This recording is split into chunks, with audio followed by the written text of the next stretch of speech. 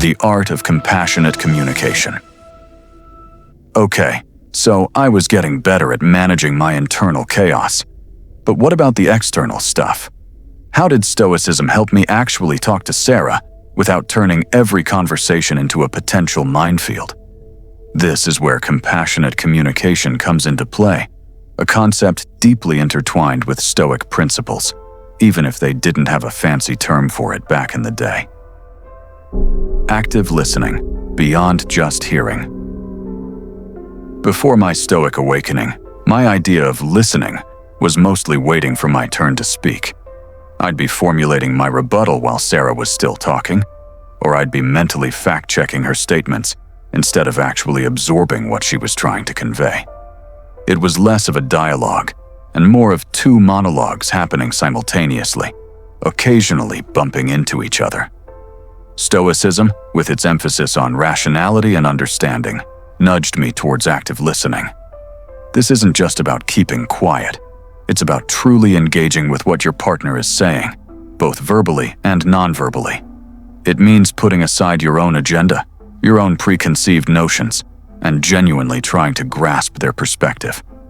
I started practicing something Epictetus essentially preached. Seek not to have things happen as you wish, but wish them to happen as they do happen, and you will go on well. In a relationship context, this means accepting your partner's reality, even if it differs from yours. So, when Sarah would express a feeling, instead of immediately trying to fix it or argue it away, I'd try to paraphrase what I heard, ask clarifying questions, and validate her feelings. Things like, "So, if I'm understanding correctly, you're feeling a bit overwhelmed by work right now, and you need some quiet time to recharge?" This simple act of mirroring not only showed her I was truly listening, but also helped me ensure I actually understood her. No more assumptions, no more jumping to conclusions. I remember one time Sarah was incredibly frustrated about a situation with a friend. My old self would have jumped in with advice or tried to minimize her feelings. But with my newfound Stoic lens, I just listened.